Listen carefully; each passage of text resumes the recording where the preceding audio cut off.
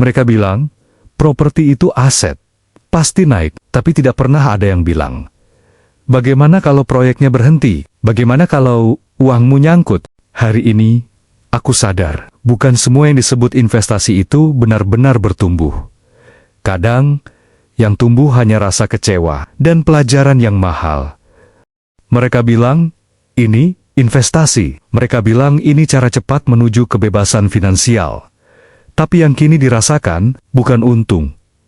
Bukan kemerdekaan. Yang dirasakan, justru kehilangan.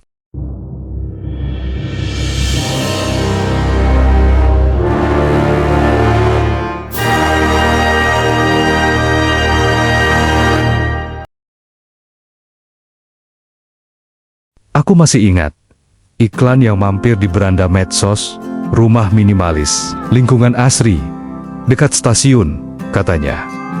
Harga perdana, katanya, hanya 2 juta untuk booking fee. Bukan rumah subsidi, tapi harga semurah rumah subsidi, dan aku pun percaya.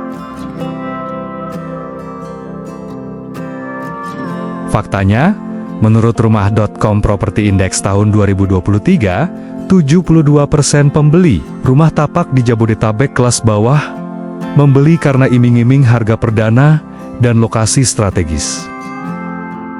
Jadi, aku memang tidak sendirian. Aku bukan investor besar, aku hanya orang biasa yang ingin tempat tinggal yang sederhana.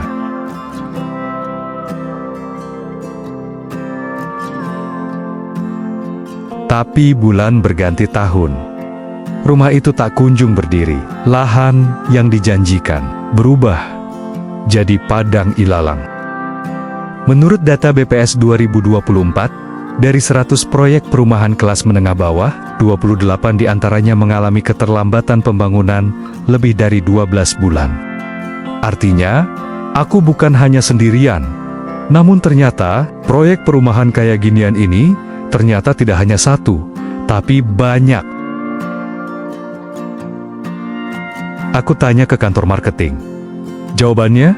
Masih dalam proses, Pak. Sabar ya. Tapi sabarku mulai menipis. Karena uangku bukan mainan. Dan saat aku datang ke lokasi, yang kulihat hanya gerbang kosong dan tumpukan tanah.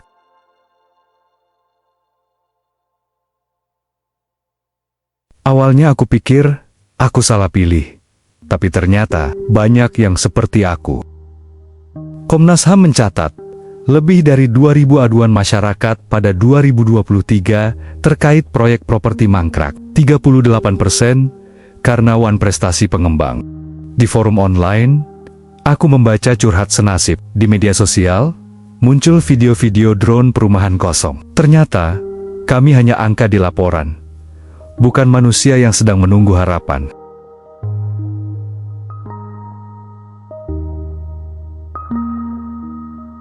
Mereka bilang, properti itu aset, pasti naik, tapi tidak pernah ada yang bilang, bagaimana kalau proyeknya berhenti? Bagaimana kalau uangmu nyangkut? OJK 2024, hanya 1 dari 4 orang yang memahami risiko investasi properti secara utuh sebelum membeli. Seminar-seminar hanya menampilkan yang berhasil, padahal yang gagal, diam, menelan kecewa. Kenapa tak ada edukasi soal risiko rugi? Kenapa tak ada jaminan perlindungan hukum untuk pembeli kecil? Hari ini, aku sadar, bukan semua yang disebut investasi itu benar-benar bertumbuh. Kadang, yang tumbuh hanya rasa kecewa dan pelajaran yang mahal. Aku kehilangan uang, iya, tapi lebih dari itu, aku kehilangan rasa percaya. Mereka bilang ini investasi. Tapi sekarang, aku tahu, investasi terbaik bukan yang paling murah, tapi yang paling jujur.